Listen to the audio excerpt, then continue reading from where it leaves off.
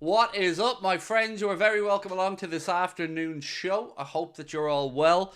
The news is not great, unfortunately, around Trent Alexander-Arnold, but it's not the worst in the world. It just isn't particularly good timing. So, I hope you're all well, and as I said, we'll go through everything that we can, see if we can't figure out what Klopp's going to do with Trent's absence. We'll look ahead to the transfer window. Of course, we'll have a little chat about tomorrow and what this means for the team selection. But yes, appreciate you all being in. Thank you. Still weird getting used to these earlier streams, but we did say we're going to go 4 o'clock and 8:30 now for live streams with a video in the middle at about 6:30. So, where's the money, John? Said David Cornwell. John, where's that money? Pony up the dough, John. So look, Trent out for 3 weeks, and let me just talk you through what we know about the situation with Trent Alexander-Arnold and where we go from here. So Neil Jones said Pep Lijnders will be out for probably 3 weeks. James Pearce said Trent hyperextended his knee in the game and there's a little tear. He'll be out for around 3 weeks. Big blow as he's one of our most important players. So I have to say this one kind of caught me off guard. I didn't even know that there was a possibility that Trent had an injury until I seen this press conference today. So yeah, look, it's not ideal, particularly with the fact that we've got a big game tomorrow night, but we do then have 11 days off. So there is some good timing involved in this, I guess. I mean, Trent being out for 3 weeks is never a good thing, but the fact that after Wednesday we've 11 days with no game, so if you started the clock today, then, I don't know, he doesn't miss too many after that, which is, I guess, the silver lining, if there is a silver lining. Bradley at right back said, Danny, losing Trent could be a blessing in disguise. We may get a signing. We won't get a signing. Not for this short period of time. It wouldn't make any sense to make a signing for a few weeks. But again, it does show right now how precarious the situation is in defence for us. So we talked about Verge being ill. Well, we see if Trent has an injury, which he does, we're now down to Bradley and Gomez as the fullback options. And if something happened to one of them, it just reiterates for me the need for us to go out there and bring in a defender before this window shuts. So it's worrying from that regard. And these are warning signs. And I keep saying it, but sometimes I feel like we don't heed these warnings. Like we didn't heed them when we had the the Ben Davies, Ozan Kabak situation. The Arthur Mello situation. You always got to plan for the worst case scenario. That's my thought process in life. You know, hope for the best, but plan for the worst. So 3 weeks isn't the end of the world, as I said, but it's not the news we wanted to hear today. So tomorrow, what we thinking? Is it going to be something like Caoimhín Kelleher in goal? And that's being confirmed as well, by the way, folks. So Caoimhín Kelleher will be in goal tomorrow. Then probably going to be Bradley at right back, Gomez at left back, Van Dijk and Canade centre back, and then we go into midfield. I guess it's looking like we're going to see either Alexis McAllister or Jones in the 6. So again, it's narrowing our options, isn't it? Tomorrow would have been possibly a good chance for Klopp to give a run out to Trent in the defensive midfield position. I really want Bobby back. I think that's just... Sorry, I'm just going to drink this coffee 1 sec. I don't want Bobby back. Not because I don't love Bobby. Of course I love Bobby. I don't like going back. Same way when the Henderson stuff came up, I thought, no. So did you guys see that with Jordan Henderson, Ajax seems like a genuine possibility? Which would, of course, keep him from having to go back to the UK, which would, of course, keep him from having to pony up all that dough to the tax man, I believe. Celtic was another club that was doing the rounds for Jordan Henderson last night. And look, these are probably the levels where Henderson is at. You know, is he ready to come back to a Premier League club? Not at the top end of the table, I would say. Celtic, Ajax, I can see that working. He offered himself to Bayern Munich and Bayer Leverkusen as well, which I don't think he was of interest to those guys. Gomez at right back. Can't play him at right back, Jamie. We need him at left back. We don't have a left back at the minute, dude. Unless you want to play Chambers at left back, but I think it makes more sense to play the more, in my opinion, the more accomplished young fullback in Bradley at right back, and then put Gomez at left back. Now, how long is Andy Robertson out for? Well, next month is when we've been told that Bajcetic and Thiago could be back from Pep Lijnders. So at least we have a time frame there around Bajcetic and Thiago getting back onto the pitch and training. So I guess it's good that we have a time frame around it. Owen Beck, yes. Thank you, Harry. That's a great shout. I forgot about Owen Beck. I'll be honest with you, mate. I forgot we brought him back So yeah, Owen Beck could absolutely be a possibility at left back, mate. Yeah, that's a good shout. Sorry, that's on me. I'm still not awake enough yet to have remembered that we brought Owen Beck back, and he's already served his suspension for the FA Cup game against Arsenal. So yeah, Owen Beck is a possibility, definitely. And this is where I guess the cleverness of Klopp bringing these guys back comes in. Particularly the Owen Beck one. That really does look it's starting to pay dividends already now that we have another option there. It's not about the money, goes to anywhere but the Premier League. Yeah, it's definitely about the money, Aku. It's a whole... anyone who thought that wasn't about the money was just, I don't know, lying to themselves as well. It was always about the money. And I think I certainly would have had a lot more respect for Hendo if he just said, I'm going there for a payday. Fair enough, go for a payday. But don't start telling us you're going to grow the game around the world and all this other nonsense. How long is Trent out for? 3 weeks. 3 weeks, Zachariah. 3 weeks, mate.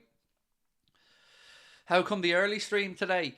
We're gonna do 2 streams a day moving forward, mate, for the foreseeable. So we're gonna do a 4 p.m. stream. Then we're gonna do a news video about 6, half 6, and then we're gonna do a live stream again at 8:30 each day, just to try and get more content out there, really.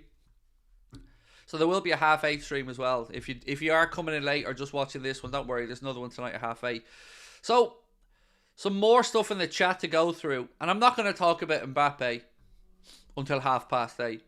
And then I'm very much going to talk about Mbappe. But I am saving the Mbappe stuff for this evening, because there's lots of stuff around Mbappe today. Virgil van Dijk, bit of an update on his situation. He did train yesterday, which is good. He did train with the subs. He looks good to go, said the assistant manager Pep Lijnders. So that's good news. Van Dijk is over his illness. He will be available for tomorrow. And that's a big boost, to be honest with you. Not that Kanada and Kwanzaa didn't do fine without him, but he's our captain. You want to have him available. Pep Lijnders was also speaking about Bobby Clark and Connor Bradley, and I really liked what he had to say. He said, Connor Bradley and Bobby Clark are not backup players. They're part of our squad, young and hungry, made for games like this. Look what happened to Jarrell. We put him in against Newcastle with 10 men. Young players need the opportunities. I like it, because I thought Connor Bradley was exceptionally good against Arsenal for his little cameo, and I actually thought Bobby Clark was really clever and certainly not out of place when he came on either. So yeah, I like that. Who's going to play at left back? Said David Ruiz. Well, Gomez or Beck is probably the answer. I forgot all about Owen Beck till somebody in the chat reminded me that we brought him back. But yeah, it'll be Owen Beck or Gomez most likely. Liz, is that real coffee? No, it's instant, Liz, unfortunately. Just a posh mug. It's the only one I drink out of because it's big and you can fit lots of coffee in it. But it is just instant, unfortunately. I'm too cheap to buy real coffee every day, Liz. This is literally calling for us to play a back 3 now. See, the problem with that, Danny, is I don't know if we've enough personnel now to play a back 3. Maybe when Andy Robertson comes back. But right now, we 4. Kwanzaa, Van Dijk, Kanate, Gomez. 4 for 3 positions. I don't know. Feels like we need another couple. Do you milk or water first for instant coffee? Water. 2 spoonfuls of coffee, 1 spoonful of sugar, water. Mix. Milk. Mix. When's Robertson back? I haven't seen a confirmed date, but I would say the latter part of this month is the safe guess at Andy Robertson being back. Will Robbo be back before Costas?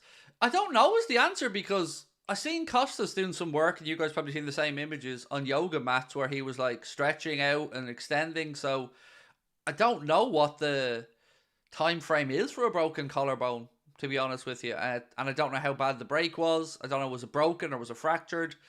But he was on a training mat or on a yoga mat doing a bit of work. So that's clearly a good sign.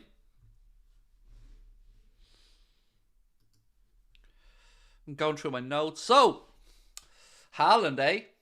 Have you seen the stuff about Haaland and Real Madrid maybe sniffing around? Because there's a release clause, and I've told everyone there was a release clause about Haaland, and I was laughed at by City fans, and I was told I was wrong. But there is a release clause. There's always been a release clause. And Real Madrid know there's a release clause. And the fact that some City fans were denying to me there was a release clause was really odd, considering Manchester City, I'm sure, even addressed the release clause in the media at some point and said that at least the media reported that they were comfortable about the release clause because it would give them a very healthy profit if indeed somebody did come in and pay it for Haaland. Now, the only question I'd have about the Haaland and Real Madrid stuff is that I'm sure there was also talk that they gave Endrick a promise they wouldn't sign Haaland if they signed him from Palmeiras. But I wonder, do you think he's getting bored of the Prem already? You know, he's been out for Manchester City now for a while. Manchester City are still finding ways to win games. I wonder, is this a serious opportunity for Real Madrid to maybe come in at the end of the season and get Haaland?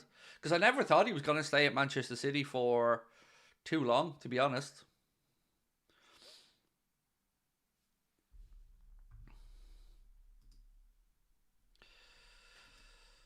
Yeah, don't worry, lads. You're not going to have to say Muskrat to me. I've already removed the idiot in the chat. Imagine taking the time to write all that out only for me to take 10 seconds, 2 seconds to kick him out. It's hardly worth his time, is it? Oh, I've got a joke. I've got a joke for him. You ready? Dangerous hacker, dangerous hacker. Wundle plus Wundle. What does that equal? Toodles. See? Craig's got jokes. We're running short of defenders. Time for some heavy metal football. Oh, well, sign me up. I do love a bit of heavy metal football. By the way, feel free to rob that joke, because I robbed it from Brooklyn Nine-Nine. That's a Gina Linetti special. Feel free to rob it, because I did. So, Fabrizio Romano has said, exclusive, Ajax are showing concrete interest in signing Jordan Hendo in case he'll get a green light to leave Al Ettifaq in January. There are several clubs keen, waiting for Saudi club decision, but Henderson is looking for options and Ajax are there. So, yeah, it really looks like that was just a great move from, doesn't it? That it worked out totally, that move to Saudi Arabia, to leave being captain of Liverpool Football Club, who are top of the league, by the way, Jordan. Hi. Are into the semi-finals of the League Cup. Just knocked Arsenal out of the FA Cup. Have a nice draw in the fourth round of the FA Cup. And are also into the knockout stages of the Europa League. Definitely the right move to jump and run over to Saudi to grow the game. Now he's coming back to Europe to grow the game, because heaven knows the game needs growing. Particularly at Ajax. I mean, they're a club known for not having a long-standing tradition in football, or, you know, having brought through one of the greatest players that ever graced the planet and, you know, reinventing the way football's played. They need it grown. You know, the game needs to be grown in the Netherlands. So Hendo's doing the right thing. And the Chelsea link, that really, like, if he went to Chelsea, that would have been like the last kick in the nuts, the final FU. So I think and I hope that he's a little bit more clued in than that. And also he'd have to pay the tax bill that we spoke about if he came back this month to England. Or even to the UK, I think. Even if he went up to Scotland, I think it's probably the same. Do I think Joe Gomez will leave Liverpool? No. I don't think Liverpool have any intention to sell Joe. He signed a new deal last year. It's a tough one. I can understand from the outside maybe why a club would look at Joe and go, well, he's not getting a regular starting berth in a position every week, so maybe he wants to move away. But I think Joe Gomez knows that his versatility is admired by Jurgen Klopp, and that, you know, he might not have a nailed-on place, let's say, in the right side of centre-back, but he will always get enough games through a season because of rotation, injuries, and the versatility that we speak about. Right, now that's 2 coffees. I'm actually awake. You sound like you have a flu. No, I'm good. No, honestly, mate, I'm feeling pretty good. Probably just a little bit hoarse because there's been a lot of content over the past few days and weeks and my voice is a bit strained. But no, I'm feeling good, thank you. Do clubs still want to be associated with Tony? I would say so, yeah. I mean, Ivan Toney broke the rules, but he served his time. He's took his punishment. The man's fully entitled to come back and play football. I mean, he'd be an asset to whatever club, be it at Brentford if he stays there or wherever he goes. I mean, look, anyone who breaks the rules should suffer the consequences of what they've done. And Ivan Toney has done that, in fairness to him.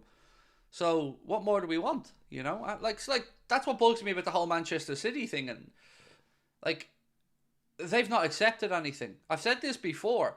One of the biggest, most egregious parts of all of this City stuff to me is their insistence that they've done nothing wrong in the face of pretty mounting evidence that suggests otherwise. At least Ivan Toney took his punishment. And I'll always have time for somebody that puts their hands up, takes their lumps and moves on. Even if it was potentially a bit harsh for Toney. At least he took it on the chin and moved on. And that's, you know, what more do we want after that? In life, you got to give people a chance at redemption.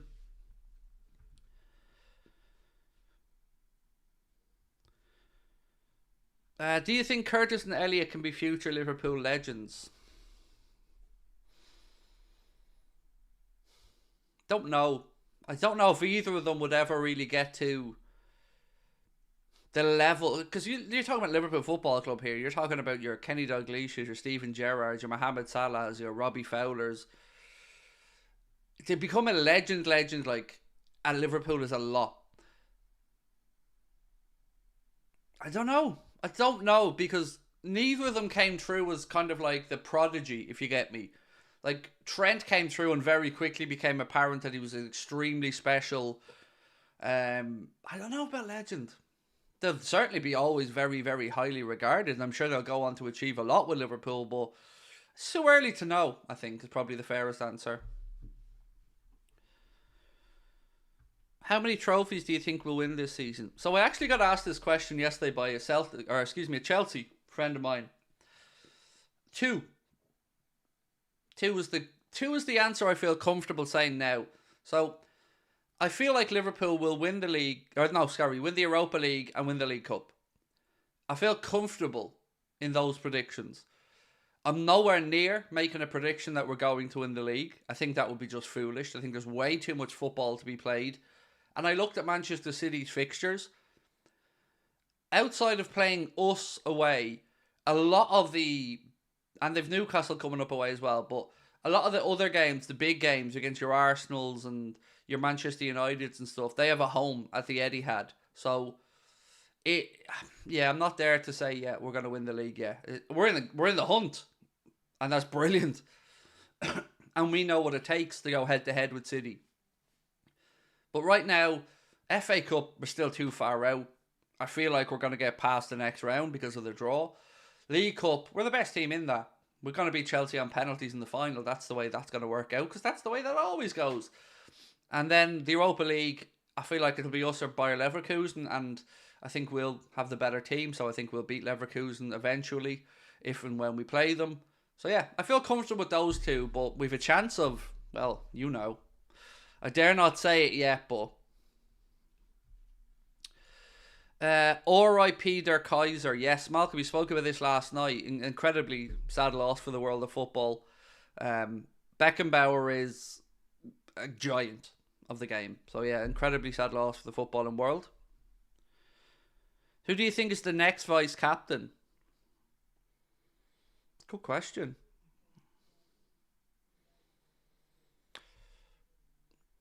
Based off what we've seen, it's always felt like Gomez was probably after Trent and Verge, I think Gomez probably gets that armband for games, but I feel like maybe Jones might get that mantle at some point, depending on how his career continues to go. Yeah. Robbo is a good shout as well, but Robbo's probably going to be in the same vein of Verge. You know, there's probably not going to be too many years between when their time's coming to an end. What are your thoughts on bringing back Dominic Solanke? I don't think we need him, and I think we can do better. I know, look, that sounds weird because Solanke's having a great season, but I don't know. There was a reason it didn't work out for him at Liverpool, and I don't like going backwards. Now, we do have two things. We do have a sell-on clause of 20% on his deal with Bournemouth. And there's rumours that we've an option, a buyback option as well in there, first refusal. But I think it would make more sense for us to allow him to go somewhere else and take the 20% sell-on.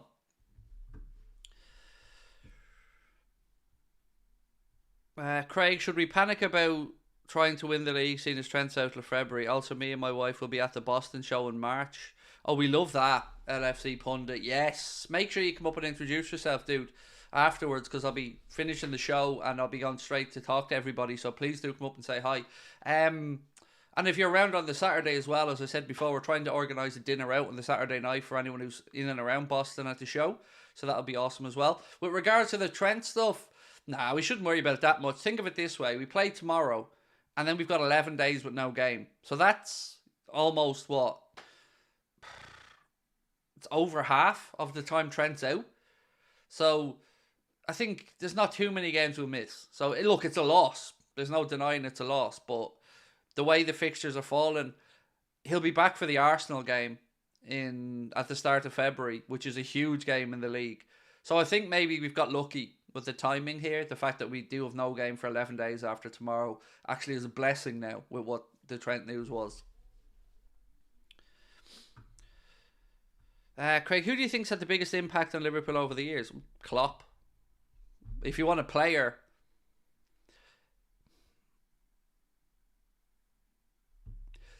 the answer is Salah, Van Dijk or Alisson.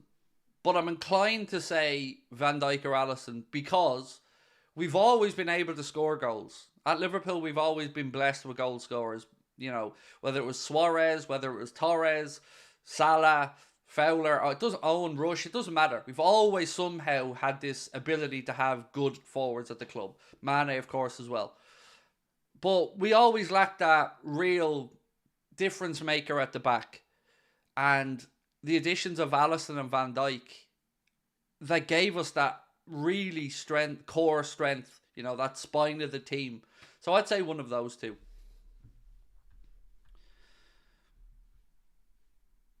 I think this is a sign we need to sign a centre-back or full-back. So I agree, Emmy, 100%, but I would preference a centre-back.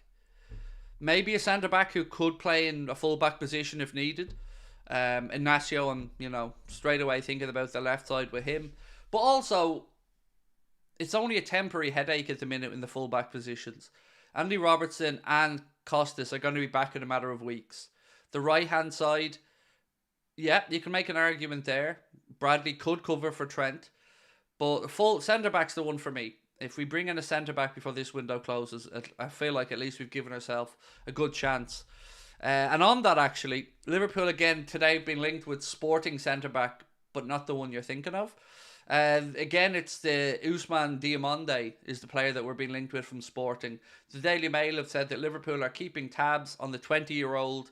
The Ivory Coast defender is currently away ahead of the AFCON and has a £69 million release clause in his contract. We won't be paying a £69 million release clause. But look, it is another centre-back link, and I'm just happy to see the links at centre-back in all honesty, but we need to make one of them happen. Adrian's contract expires this summer, said Shiva. Kelleher may move to other clubs for more game time. So do you think we need somebody who's backup keeper for Alisson? Yes, I do. I think the time will come where Kelleher has to make that move for his own career. We have Pitaluga, who's on loan now in the League of Ireland. He's playing for St Patrick's Athletic, a club based in Inchicore in Dublin. And I'm going to make sure myself and Conor are going to go out and try and watch a couple of his games this season.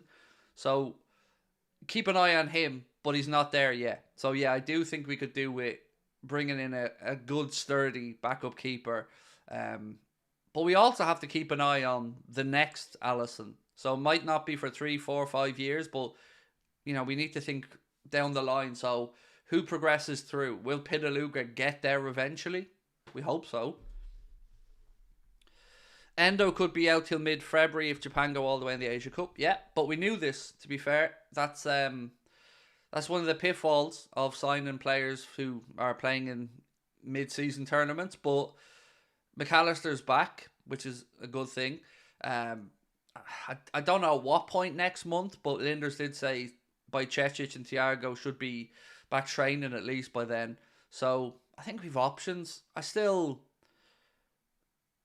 think the way Endo finished before he went to the Asia Cup or the Asia Games, whatever it's called, that gave me a lot of hope that maybe Klopp has pulled a miracle out of his ass here with a cheap signing for a player who could sort us out for a couple of seasons. He was playing brilliant before he departed. Is Pitaluga any good? He's highly thought of. He's working on the training ground, or was doing, with like great coaches, great keepers, great backup keepers.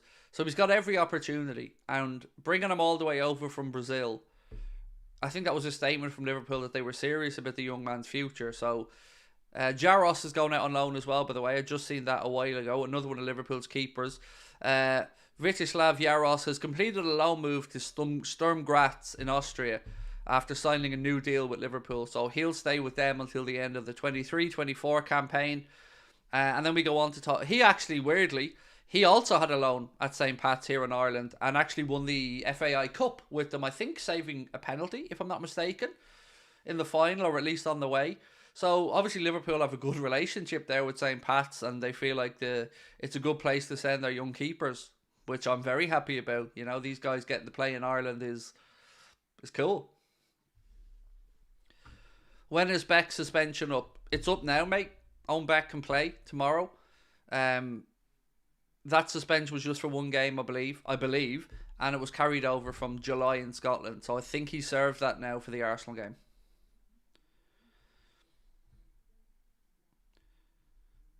Three weeks, 5 games, only one is Prem. See? It's not too bad then. So we'll miss probably both legs of the Fulham game. Bournemouth, if my memory's right, is another one he'll miss. These are games that, you know, could be worse. Love the content. Thank you, mate. Really, really appreciate that. Look, if you do enjoy... There's only 100 likes now. Come on. Come on. There's 1,200, nearly 1,300 people in the chat. Let's hit that like button. And don't forget to sub if you are new to the channel as well. I'm not going to lie to you. I'm a man on a mission. Trying to get to 250,000 before we go to Boston. So the clock's ticking on that one. I'd love to celebrate 250,000 just before we head over to Boston. So do spread the word as well about the channel. We are doomed. Why? That's like the most overreactive thing to say ever, dude. It's 3 weeks and we've 11 days off. I would hardly say doomed is the word. Didn't you want to sell him last season? Yes. This pisses me off though, Michael. It's like people reinvent history. No, I did say it. I'm not denying I said it. But you need the context of what was happening. So, remember the time we played Real Madrid? This is the game that made me say it. And he strolled around the park while Madrid battered us like he didn't got a care in the world. He wasn't tracking back. He wasn't running. He wasn't defending properly. And he looked average. And yeah, I said he's been crap. If he stays this way, sell him. But what you're forgetting to say, Michael, and anybody else that wants to try and have a pop at me, is that Klopp then changed his position and put him into this new hybrid role. And he's changed as a player. And he's much better. And he looks like a different guy altogether. And also, and I can't say this enough, you do realise opinions grow, change over time, right? And you do realise that I'm a lunatic with anger issues. So, don't know what else to say to you, dude. Like, my opinions, like yours and anybody else's, evolve over time. And wouldn't it be worse if I was still sitting here now, refusing to acknowledge that he's gotten much better? Or that he's grown as a fella. Same with Jones, by the way. It was another one that I wasn't happy with at the club. And, yeah, I feel like my opinions on those players have changed over time because their performances have increased. I guess probably the same way. It's not Muskrat. I'm not going in on anyone. This is a conversation. This isn't one of those Muskrat situations. I'm not shouting. We're not arguing with anybody. I'm just giving a viewpoint. This is just a genuine conversation. Sometimes some other players have gone the other way for me, by the way. Like some other players I was here with and I'm now feeling they've regressed a little bit. So I guess my point is I say a lot of stuff on a lot of streams. It's the worst of everything I say that will get clipped and put out there, and that's okay. That's the business we're in. But I also, do evolve my opinions.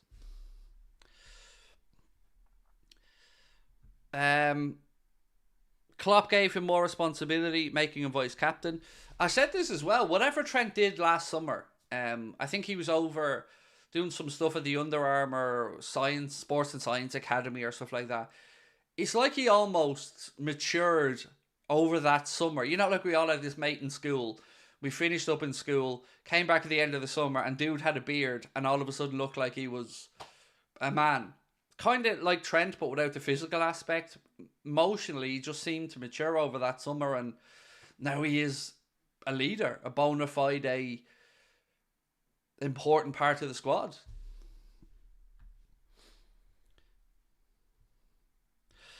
Trent versus Real Madrid, that game was 3 out of 10 long passes. He was dribbled past 6 times, 0 out of 7 in ground duels won.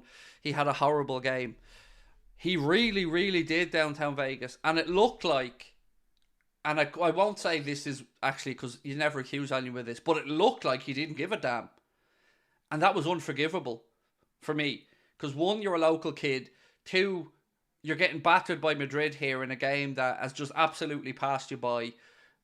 And he wasn't even kicking at people. Like, it just really angered me, that game. But thank you for looking up the stats on it, because it's good to know that it wasn't just me being deluded. There was a reason I was saying what I was saying. And by the way, this sometimes becomes an Irish thing. Like when I'd said about Salah and I said he can F off to Saudi, that's kind of not right. I'll hold my hands up. I definitely should have been more respectful. But it's also kind of the way I talk to my mates. Like I'd say it to my wife. Like, you can fuck off and do this or whatever, So, don't take everything I say absolutely literally, is what I'm getting at. How concerned are you of no Trent? Not too much, Samuel. Because look, it's a loss. It's a loss. Of course it's a loss. But it's only 3 weeks and we're not playing for 11 days of that 3 weeks. So it could have been so much worse. Now, it wasn't a nice thing to wake up and see, because I didn't even have an inkling that Trent had an injury until last night. Or until today. But it could be worse. Could be worse. We should sign Inacio and Dorgu. Well, 2 names that have definitely been mentioned a bit. Maor, is that how I pronounce your name? Definitely 2 names that have been linked. But it feels to me like Liverpool are just looking at the window and seeing what happens.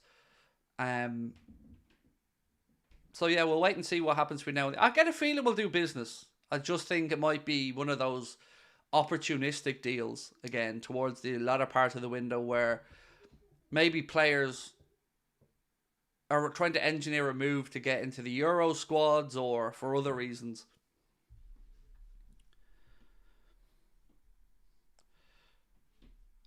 Call me crazy, said Jack Dempsey. I'd rather Openda over Mbappe, just a better fit for our squad in terms of attitude and pressing.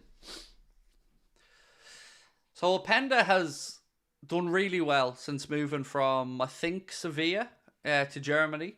And doing really well. And has been linked by a few people to Liverpool. But I'm sorry, I have to call you crazy. You've said to call you crazy, Jack, and I'm going to have to call you crazy. Look, I get the worries about Mbappe. Of course I understand everybody's concerns, but I still would push back with this question. Was it Lawns he was at? Sorry, my apologies, Blair. You're right, it was Lawns. You are right, sorry. I'm sure he was at... Was he not at Sevilla at one point, though, Openda? Or am I totally wrong on that? But anyway, where was I going with this? Mbappe. You can't tell me, anyone, that if Liverpool did indeed pull off that miracle and signed him, that you wouldn't be happy inside. You could have concerns, granted. But you couldn't tell me there's not a little bit of you going... We're going to get to see this mofo tearing up the Prem in a Liverpool shirt. And I'm here for it. Because, you know what I mean? It would. Uh, can see even rival fans and pundits agree that the prospect of Mbappe at Liverpool is much more exciting than playing at Madrid. La Liga is not the same anymore, said Jack Howe. So I have, by the way, I just want to say, I haven't brought Mbappe up once. You guys have brought Mbappe up on this stream. So don't get angry later on tonight when I bring my Mbappe stuff to the table, because I will. But anyway, I agree. I don't think La Liga is as sexy anymore. Now, the squad that Real Madrid are building is phenomenal, exceptional, daunting. But I feel like he'll be going from one horse league to another one horse league, because Barcelona are a shambles. Girona are only going to be good as long as Manchester City don't want to take their players, or they can keep pulling off this miraculous season. And it's going to just be a case of most likely Madrid winning a lot over the next few years with the squad they've assembled. So I agree. I don't think La Liga is the same anymore. I don't think it's certainly as glamorous as it once was. And then you've got the fact, of course, that Madrid openly want the Super League. And you have to figure into Mbappe's decision-making what might happen if Madrid do fully break off and join that Super League. What would Mbappe do then? Is there going to be ramifications for his international career? As an example, if UEFA step in and FIFA step in. Don't know the answer to these questions yet. So I guess these would all have to be part of your thought processes when you're thinking about that move. What number would he take? I don't know, man. But it wouldn't be 7 because that's Lucho's number. So unless Lucho went elsewhere. No, I don't know. I haven't thought about the number. What do I do in the off season? You know, people often think that the summer for me is a quiet time. It's not. My quiet times are international breaks. So you'll always see I'll take my breaks and holidays in March, September and October. Summer's busy. So there is a bit of a down period between the end of the season and then when the players go on their holidays. But honestly, as soon as the season ends, transfer stories are big for us, and transfer talk is big. Like our record-breaking month was August when the transfer window was coming to a close. So, yeah, summer for me is just a matter of maybe a little bit of downtime, but ultimately straight back into looking at the squad, looking at pre-season, looking at what might happen in the window. And usually when players go on holidays as well, not just their players, all players, the agents get a bit braver then, and you start to see the seeds of transfer stories being planted. So yeah, busy time, believe it or not. I think that's the first time anyone's ever asked me that question though, which I appreciate, so thank you. Mahmood said, do you think we can win against Fulham over 2 legs without our 3 best fullbacks, considering they're always causing us problems on the wings? Yes, I do.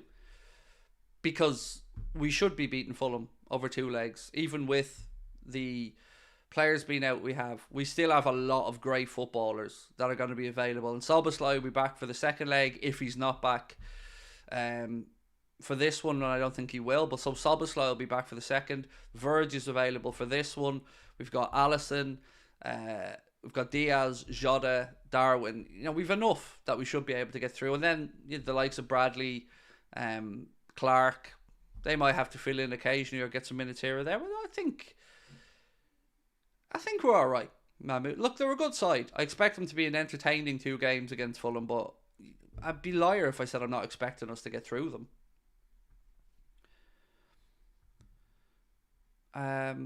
And you hate international breaks. I love you love to work. Yeah, I do. I don't see it as work, Stig. I love this. I get up. This is the truth. I get up every day, and I smile because I get to do this for a living. Didn't think this was gonna happen. You know, little did I think I'd get to talk football for a living and employ other people. It's a pleasure. So yeah, I love working because it's not work. I get to chat with friends every day and share stories and have a laugh and talk about the club we love. So yeah, the international breaks I hate. They're so boring for me because, you know, Ireland aren't very good at the moment. I've never hugely been into international football as much. So I take my holidays with the family. Now, it took my wife a few years to realise that this was happening. that our holidays coincided with international breaks, but it's my best way to get through them. I hate them. Is this a daily show now, Craig? Yes, it is. J Muse. We're going to be doing 4 to 5 or 4 to 4:45 every day, 6 or 6:30 video, and then 8:30 live stream. So you can put that in your diary, and then there will be a lunchtime video as well. This guy is too wholesome. Me? Nah, I'm not, dude. Sabrina, somebody just called me wholesome. Even my wife laughed, dude. Wholesome I am not, bud. Trust me. This is the PG Craig. Yeah, but I appreciate it. Wholesome. Wow. Don't think anyone's ever called me wholesome before. They've said I've talked out me whole, but am I worried about having 5 games in 13 days coming up? No, because we're going to be well rested, Ryan. We've got 11 days now without a game. So that's like our mini little break for the boys. I'm sure they'll jet off for a few days away. And then we're back in. And we, as you said, 5 games in 13 days. But we've no excuses. We'll be rested. And that's a good thing. So I know it's probably a headache for Klopp and the players. I get it. Lots of rotation, lots of talks to the medical department. But ultimately, for us fans, bring it on. The more games, the merrier for us. Craig, would you rather Bradley come in for Trent or switch Gomez to right back and play Chambers at left back? Bradley. I think Bradley at this moment in time is the more accomplished or the more polished of the two fullbacks. There's still some stuff about Chambers that I think he's still a little bit too trigger happy is the phrase I want to use, but what I mean is he's still going to press a bit too early. And if you go back and look at one of the games he played in the Europa League, it was his enthusiasm to press a player that meant one pass behind him as he was looking to press, and we were opened up and we conceded a goal. So there are still aspects of his game that need to be worked on, whereas I think Connor Bradley's a little bit, because of the loans and stuff he had, I just feel he's a bit more experienced. Is the Bradley love a bit OTT? Not from me, to be fair, because I've been talking about Connor Bradley for a good while. But are people overreacting because of the performance against Arsenal? Yeah. But that's being a football fan, isn't it? You know, isn't it much better that we are maybe praising him too much rather than ignoring him? So yeah, I get it. But look, to be fair to me, I've been banging the drum about Connor Bradley since I read Caoimhe O'Neill article on The Athletic about 18 months ago, I think. Best Premier League 11 is Jack Dempsey said Cech, Walker, Terry, VVD, Cole, Gerrard, Keane, KDB, Salah, Henry, Ronaldo. That's a pretty good team you've put together there. Honourable mention, Allen, Trent, Vieira, Lampard, Scholes, Rooney, Hazard, Kane. Yeah, it's a damn hard thing to do, isn't it? To put together an 11. Bradley is decent, much better than Chambers, said the Mog. Why do you think Darwin was so much more clinical at Benfica? I guess the question I'm going to have to just guess at, because I don't know the answer, but there was less cultural differences for Darwin in Portugal, having come from Uruguay, then Spain, then Portugal. And then there was a much bigger difference of language, culture, style, philosophy of play, and a better standard of defending as well in the Premier League. Maybe the pressure's higher at Liverpool as well than Benfica. But, you know what?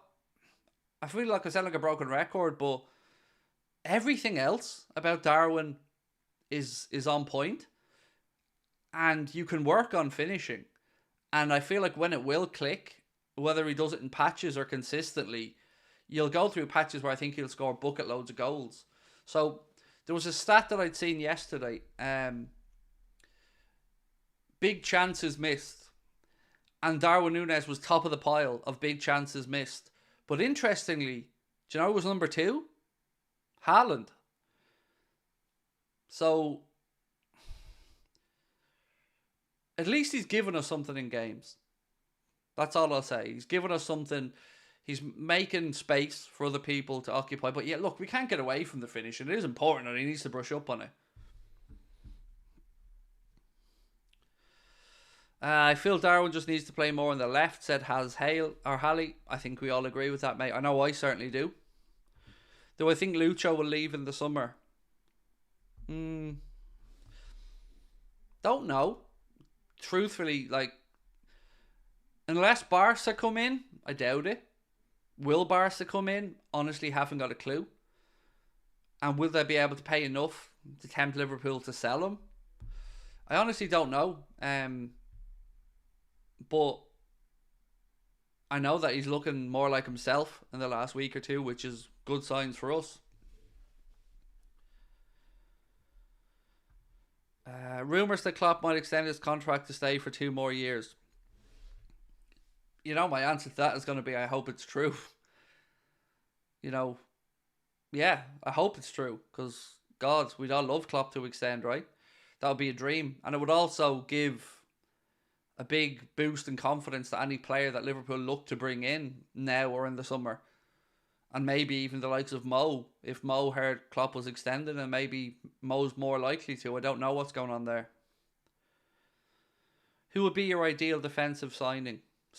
Antonio Silva from Benfica. But we're not going to get him because it's just too much money. So after that, I do like Mark Gay at Crystal Palace, but that would mean almost admitting that we have to wait till the summer, because I don't think Palace will sell him in January. And then there's others that I just don't know enough about what might, like Barco going to Benfica, the left back, or not Benfica, Brighton. I think that's an incredible bit of business by Brighton, and will look to be very small money in the longer term. The one that seems most likely for us is Inacio, because the links have been there for a long time. It's the side we need to cover on. It's just having to pay the €60 million would just be a pain in the ass, considering he was €40 million 5 months ago. What do you think of Ancelotti re-signing Madrid, not taking the Brazil job? Must be just enjoying his life in Madrid is all I can think of, you know. Easy to see why he would be, to be fair. It's a great job in a great city with a team full of exciting players. Brazil probably aren't as strong as they were in recent years. Yeah. I see the guy, was it the guy who manages Sao Paulo or something, is taking the Brazil job.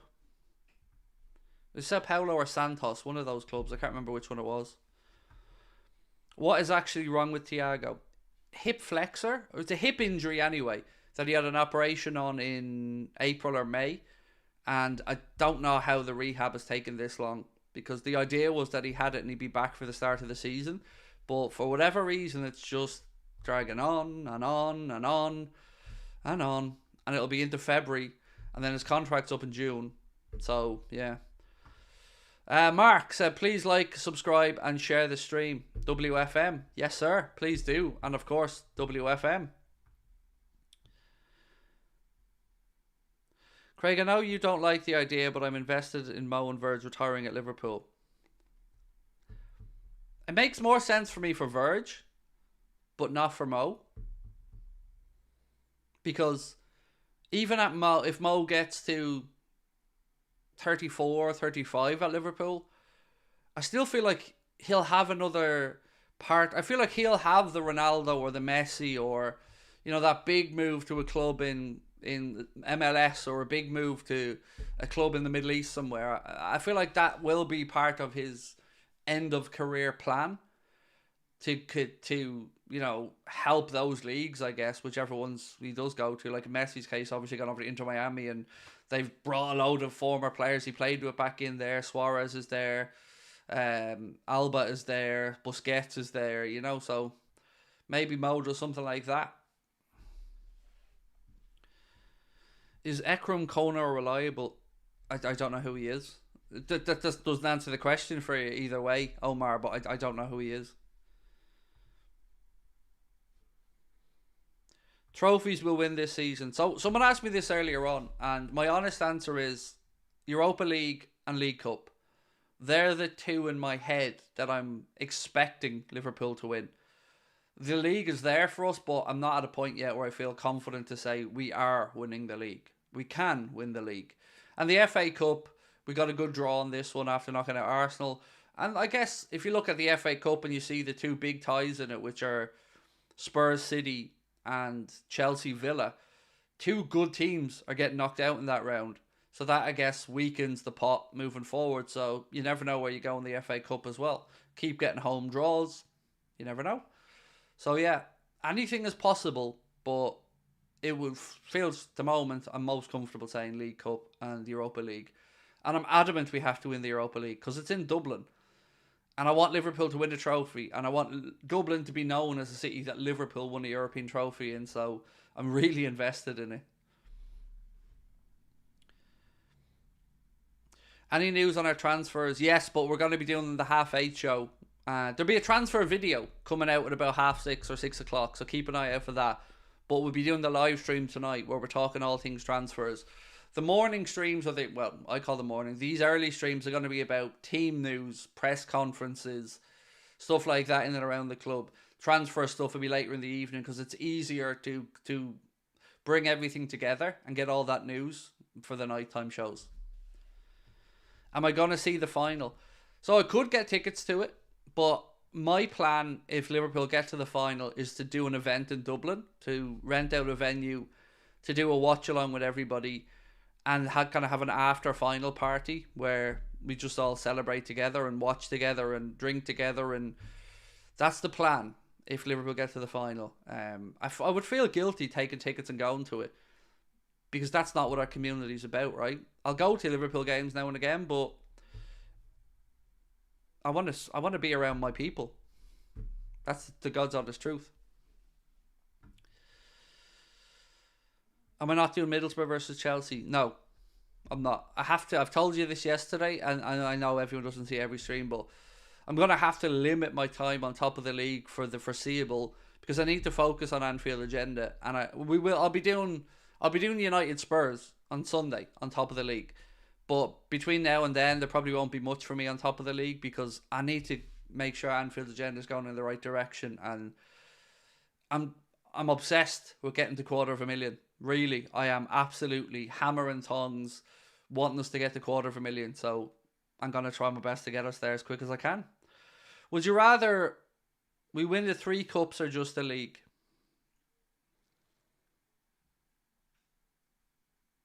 That's a good question.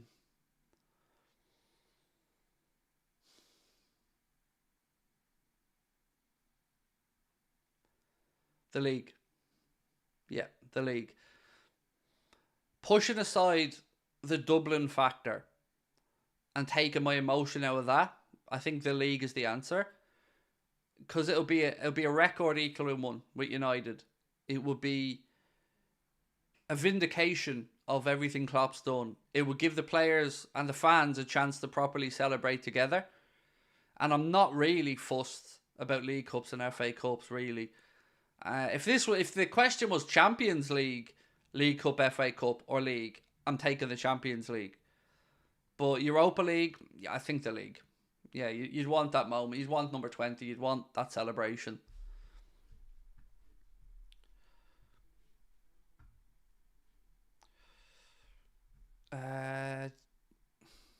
Do we have to cheer on United seeing Spurs are closer behind us? Nah, Spurs will Spurs. They'll find a way to Spursify things. Should Arsenal sack Arteta if he doesn't lift the trophy this season? Not really a question that I've given much thought to. I know my friend Lee Gunner has opinions on it, but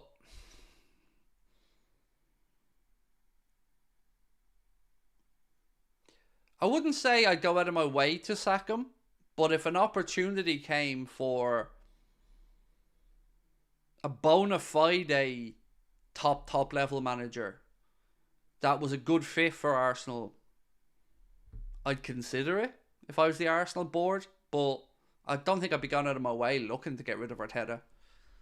But then again, I don't watch Arsenal week in, week out, so I don't I don't know the intricacies of how the Arsenal fans might be feeling about certain aspects of how Arteta has them playing or the way he sets them up. Craig, if we don't sign anyone in January, we could drop off like Newcastle have. Could do.